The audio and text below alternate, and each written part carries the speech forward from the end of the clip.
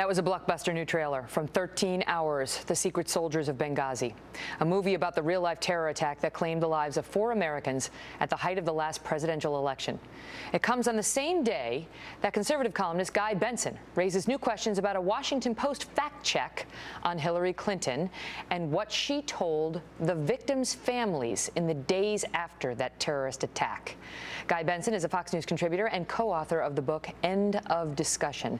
Guy, thanks for being here. So after Marco Rubio at the last presidential debate said that Hillary Clinton lied, that she said this was about a video when she knew it was not, the Washington Post did a fact check saying you can't really say lie. She says it was a confusing time, it was the fog of war, and they give short shrift to the testimonial by the families of the dead that there was nothing ambiguous about what she said to them when she told them flat out this was they were killed because of a video.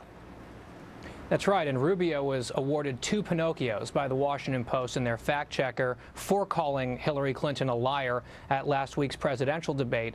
And you know what? I think there should be a robust debate about whether or not Mrs. Clinton intentionally and deliberately distorted what happened that night for public consumption. I happen to believe that the evidence supports Marco Rubio on this and that he's on firm ground.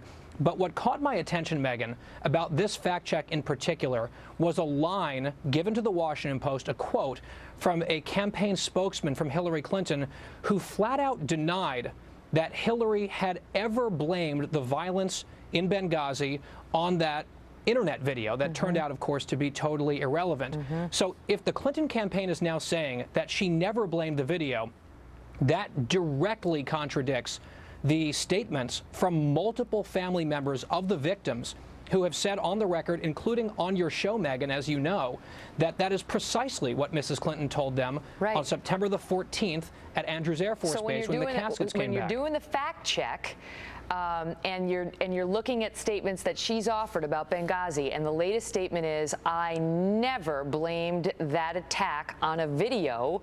Why wouldn't you take into account, and why would you be so dismissive of the following testimonials of the families of the victims? Watch. Let me just read what's written down here.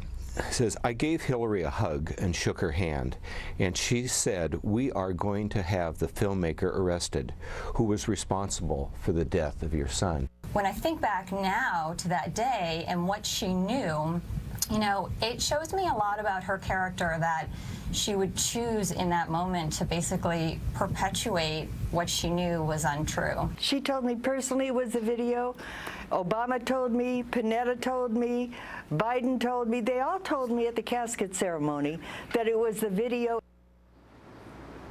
And yet, Guy, they seem to be forgotten in this whole debate. Well, it's interesting. Working backwards there, you had Sean Smith's mother, then Glenn Doherty's sister, and to me, very compelling, Tyrone Wood's father, who had written a contemporaneous journal. Right, that would be admissible in a court of law.